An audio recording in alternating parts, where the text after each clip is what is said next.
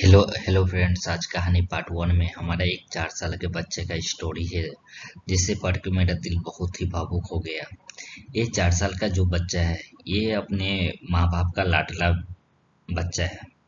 वो दादा दादी के बीच में एक जॉइंट फैमिली में रहता था, तो सबका लाडला ही था वो एक तरह से शरारती भी बहुत ज्यादा था। क्योंकि उसके सारे मन्नतें भी उसका पूरा होता था। वो अभी जस्ट 4 साल का हुआ था। उसका डेली का रूटीन स्कूल जाना, फिर वहाँ कोचिंग में पढ़ाई करना, फिर घर पे आके खेलना, ये हर दिन का उनका स्टोरी था। डेली का उनका रूटीन था। लेकिन आज ऐसा क्या हो गया कि पापा उसके सारे खिलौनों को गंगा नदी में जाके विसर्जन करके आ गए। और आपको ये लग रहा होगा कि शायद बच्चे से नाराज है। बच्चे से नाराज नहीं, एक्चुअली बच्चे को उन्होंने खो दिया। इस जब इस कहानी के क्यों खो दिया, कैसे खो दिया, जब इसके बारे में पता चला तो एक बहुत ही दर्दनाक एक स्टोरी है। ये बच्चा 15 तारीख को बहुत ही हैप्पी मूड में था, खेला कूदा, भाई बहन चचेरे भाई बहन के साथ रह रहा था। क्योंकि पापा इसके मजदूर थे, कमा के लाते थे, लेकिन छोटा परिवार है तो उनका गुजर बसर अच्छे से ही हो रहा था।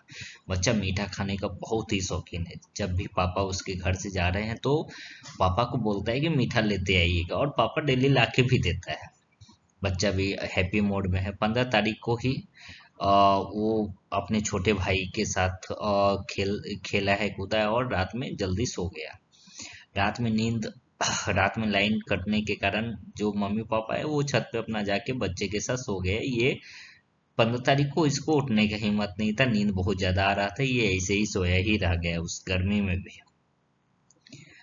लेकिन रात को 2 बजे आया तो मम्मी देखी कि हाँ बेटा अभी भी सोया हुआ है। अगला दिन सुबह उसे स्कूल जाना था, तो मम्मी 5 बजे ही उठ के उसके लिए पराठा बना दी।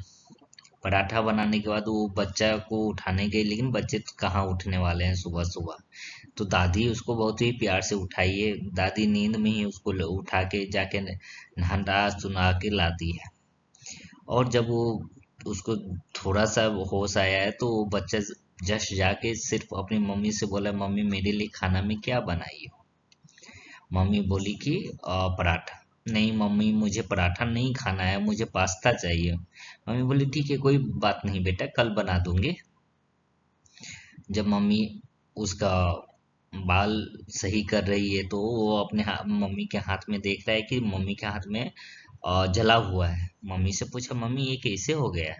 मम्मी बोली कुछ नहीं, अभी नाश्ता बनाते वक्त मेरा हाथ जल गया।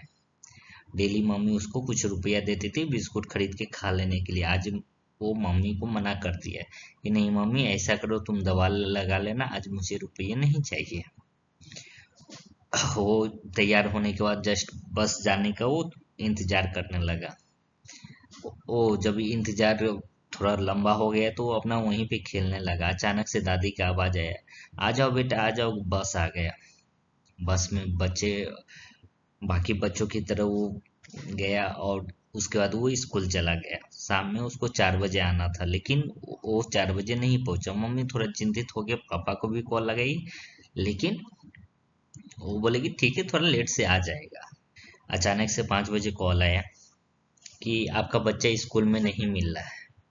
फिर वो, चूंकि उसका चचेरा भाई बहन लोग भी वहीं पढ़ाई कर रहा था, तो वो पूछे कि वो लोग है क्या।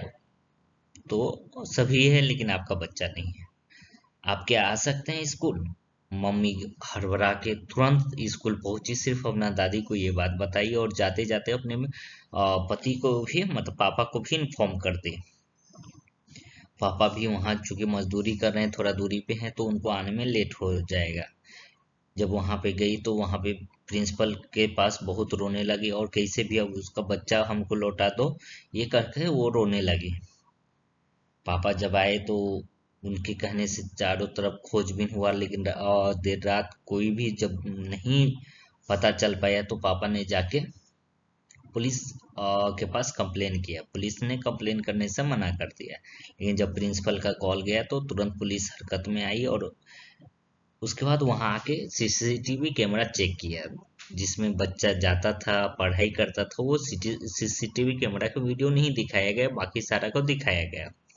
पुलिस जब सख्ती मोड में आया तब जाके उन्होंने उस क्लास का वीडियो दिखाया जिसमें मैं गया, वहां पे बैग रखा, खेलने के लिए भी गया हूँ और खेल रहा हूँ, वहां पे स्लाइड भी कर रहा हूँ, लेकिन उसके बाद का वीडियो गायब था। फिर कुछ देर के बाद देख रहे हैं कि एक टीचर आते हैं और उसका बैग उठा के लेके चले जाते हैं। तो सभी लोग को कुछ शक हुआ, उन्होंने बोला कि जहाँ पे मेरा बच्चा खेल रहा था वहां पे हमको लेके चलिए। जब वहां पे लेके गए तो जब पैर पे जमीन मार रहे हैं तो कुछ ढक ढक का आवाज आ रहा है। उसको जब देखा गया तो उसके नीचे गटर था, गटर में एक प्लास्टिक का बोरी था। जब उस बोरी को निकाला गया तो उसमें वही 4 साल का बच्चा था।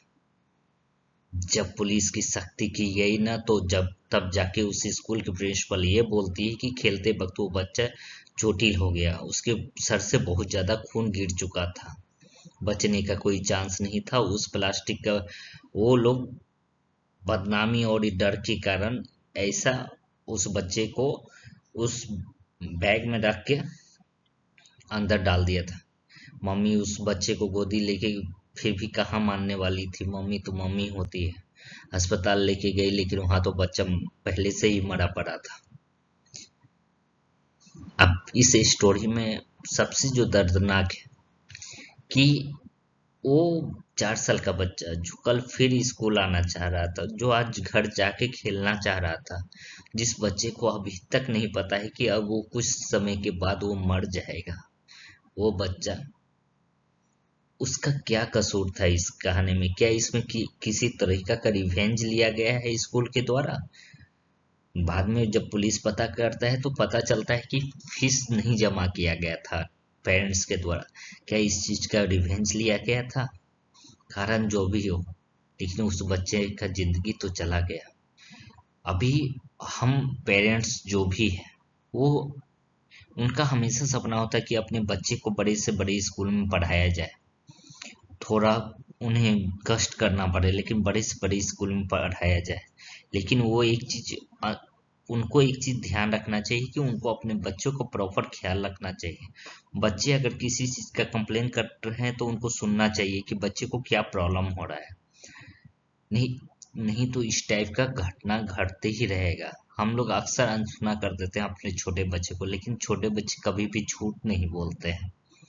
उनके साथ अगर कुछ दिक्कत हो रहा होगा, कभी भी कोई भी क्राइम से पहले कोई ना कोई एक दस्तक जरूर होता है। अगर इस स्टोरी में देखा जाए तो प्रिंसिपल और पेरेंट्स के बीच में फीस के लिए बहुत बार हो चुका था।